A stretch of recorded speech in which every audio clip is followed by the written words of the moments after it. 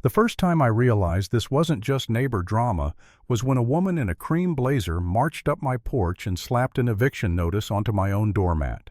By the next morning, my mailbox was jammed so tight it spit envelopes onto the gravel, dozens of HOA violations fines stacking by the day, like someone was trying to crush me on a timer. And 2 days later, she handed me a court order that said I couldn't touch the release valve on the dam above her neighborhood, right as a once-in-a-generation storm rolled in. My name's Jack Carter, and I live where the road turns to dirt and the dirt turns to stubborn. My family ranch sits on the edge of a valley in western Montana, the kind of place people put on postcards, then forget real humans have to work there. I'm not rich. I'm land-rich, cash-poor, and lately, grief-poor too. My wife Rachel died 18 months earlier, and the silence she left behind was heavier than any hay bale I've ever thrown. Between hospital bills and keeping the ranch alive, I'd been running on fumes, doing chores on autopilot, sleeping in stretches, waking up to a house that still smelled faintly like her shampoo. Then the valley changed. A developer bought the property around mine and dropped a shiny new neighborhood into the landscape like it came out of a catalog. 100-something identical houses, clean sidewalks, perfect lawns, and a big stone sign at the entrance that read Maple Crest, like it was a private country. The developer called itself Blue Rock Communities.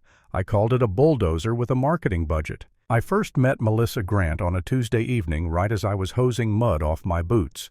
A pearl-white electric sedan rolled up my driveway like it was afraid of getting dust on its tires, and out stepped a woman who looked like she'd never stood in grass that wasn't watered on a schedule. She took one step into the mud, recoiled like the ground had personally insulted her, and then she raised her clipboard like a badge. "Mr. Carter," she said, voice crisp and a little too loud, "we need to talk about your compliance issues." I didn't even ask who she was, because only one kind of person leads with compliance issues on someone else's porch. She introduced herself anyway, Melissa Grant, president of the Maple Crest Homeowners Association, like saying it slowly made it more official. Then she handed me a binder the size of a phone book. "We're building a family-oriented community," she said, flipping pages like she was reading scripture. "And your rustic aesthetic is lowering property values." My rustic aesthetic apparently was my barn, my fencing, my equipment. And yes, my little cabin Rachel and I built years ago so she could write in peace. Melissa pointed at it like it was an abandoned trailer. "That cabin violates building codes," she said, chin lifted. "If you don't bring it into compliance, we'll escalate." I stared at her for a second, letting the words settle. Then I said, calm as I could manage, "That cabin was permitted, inspected, and signed off. By me." Her mouth opened a little, then closed. Because before I took over the ranch full-time, I'd worked for the county building inspections permits code enforcement. I didn't brag about it, I just knew what I was looking at. Melissa blinked like her brain was buffering.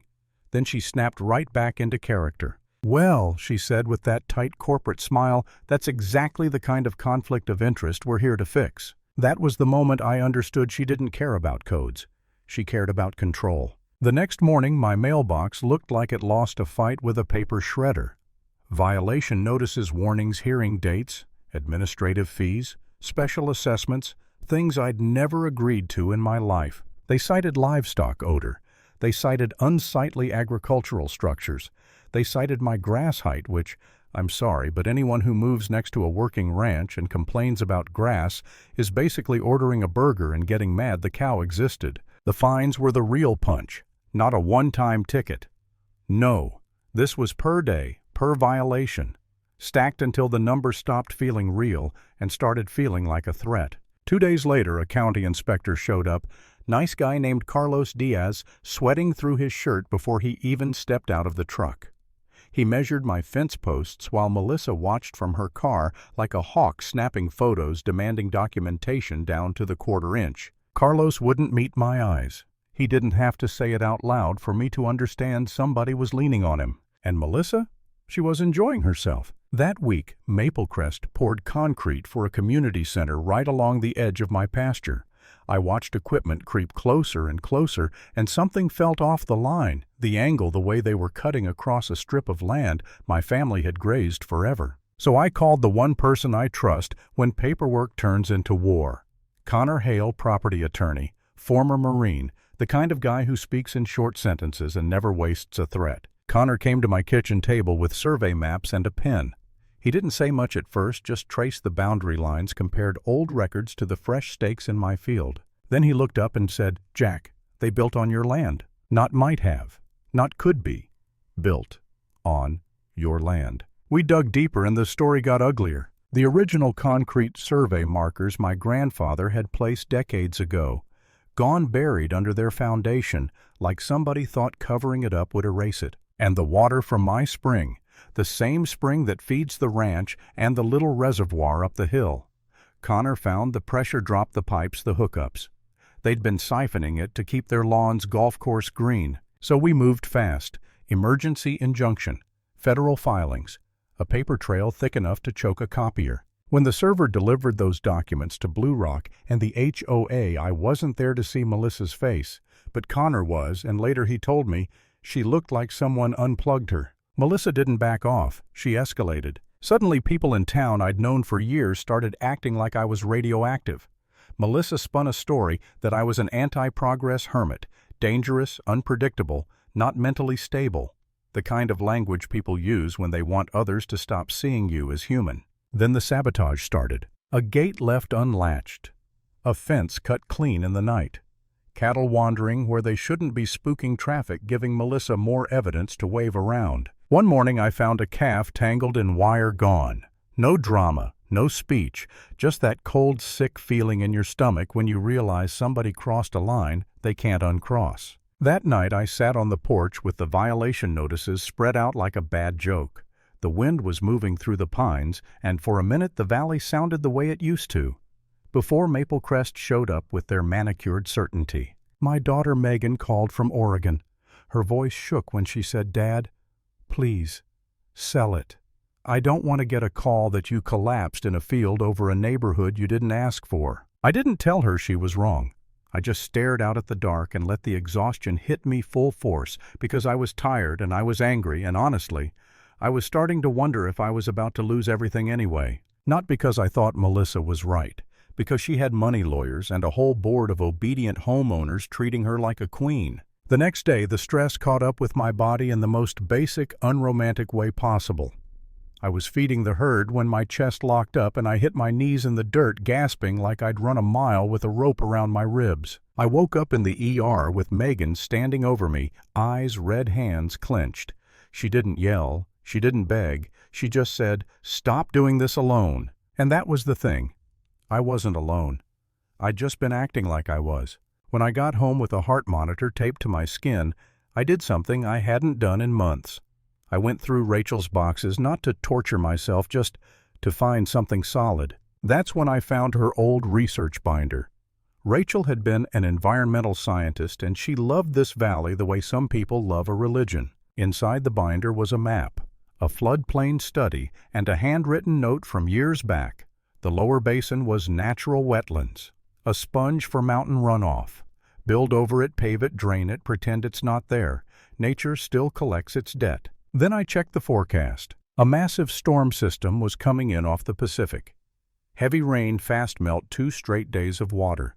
The exact kind of event Rachel had warned about in her notes, with numbers and timelines that made my skin go cold. And right on schedule, Melissa played her next card. A process server drove up and handed me a restraining order, signed, stamped, and very specific. It prohibited me from altering or manipulating water flow related to the reservoir and dam on my property. Pending investigation. Melissa thought she'd trapped me. She assumed I'd been cutting off their sprinklers or threatening their precious landscaping. What she actually did was legally prevent me from protecting them. Connor showed up that night, read the order twice, then looked at me like he was trying not to smile. "If you follow this to the letter," he said, "you do nothing. And if you do nothing, the storm does the rest." The next morning the sky turned that bruised gray-purple that makes your bones feel the weather before it arrives. Rain started slow, then got serious, then turned into a constant roar that erased distance and time. Melissa called an emergency meeting at the Maple Crest Community Center, the one sitting on my land, packed with homeowners clutching umbrellas in panic.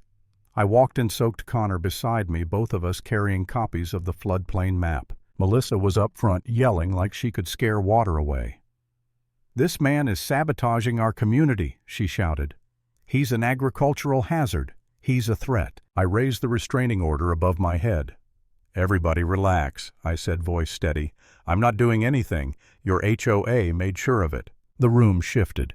You could hear people breathing harder. A young mom near the aisle engineer-type laptop already open started running numbers and whispered, "If that spillway goes, we're underwater." Melissa snapped at her, "Stop spreading misinformation." Then the doors opened and Sheriff Daniel Barnes stepped in, rain dripping off his hat, a federal warrant in his hand. He didn't look at me. He looked straight at Melissa. "Ma'am," he said loud enough for everyone, "you might want to call your lawyer." My phone buzzed at the same time Lauren Price, an investigative reporter Connor had looped in. Her headline was live.